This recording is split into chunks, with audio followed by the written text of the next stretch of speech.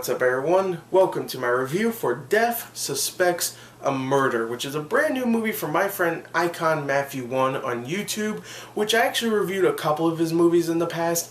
His last one I reviewed was a movie called Drown, which was a really cool little short movie. I think it was like 45 to 50, maybe almost an hour.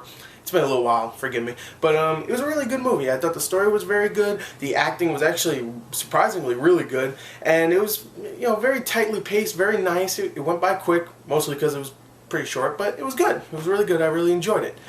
Here's his new movie. He didn't direct this one, but he only wrote it, but still, you know, writing a movie is a big thing. So I expected good. I expected good. Good.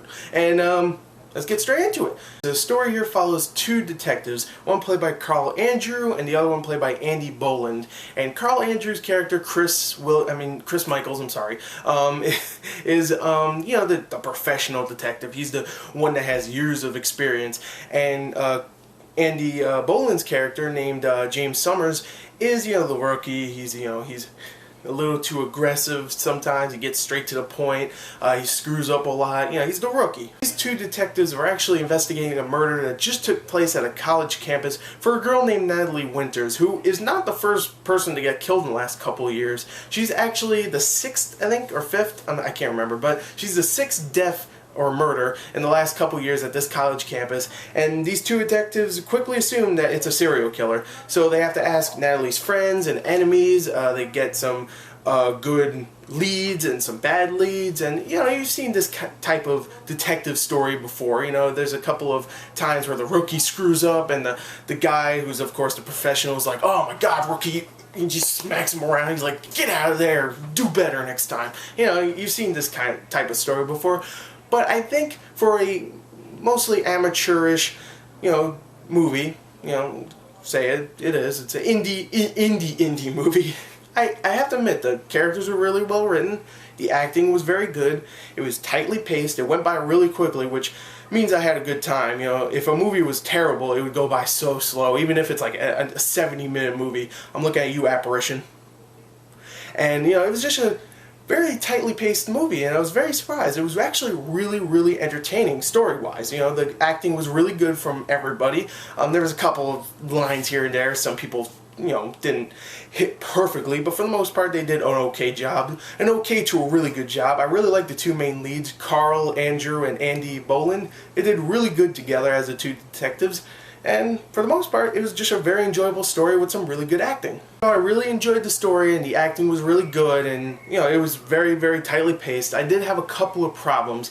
Even though it was tightly paced, it went by really quickly. There was a couple of points where they could have edited things out. Like there's a whole point where one of the characters, I'm not gonna say who, is just walking around their apartment and like putting ice on a wound and stuff, and taking their shirt off and cleaning their face and then putting their shirt back on, which I didn't make any sense. I think that was just for all the women out there that was watching the movie. And you know, there's points like that where I'm like, okay, they could cut that out. And also, I think the twist, there is a twist. I hope I didn't pretty much spoil it by saying a twist, but there's a twist, and it's a little, it's okay.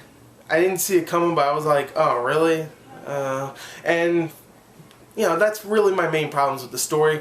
There is some dialogue here and there that is a little cheesy, and you know, some sound work that could do much better next time, you know, whenever they make another movie. But for the most part, the movie is still very enjoyable. If you go into this movie expecting a amateurish, you know, directed movie with an amateurish plot or whatever, then you're gonna love it. Actually, I think you're gonna think it's great. But if you go into it actually expecting a movie, you're still gonna enjoy it. You're still gonna think, wow, this is actually a really good movie, and I hope they do something again next time.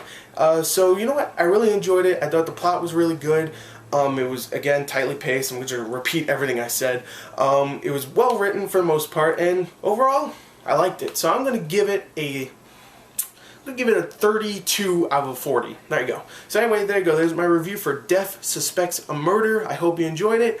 Thank you. And, yeah.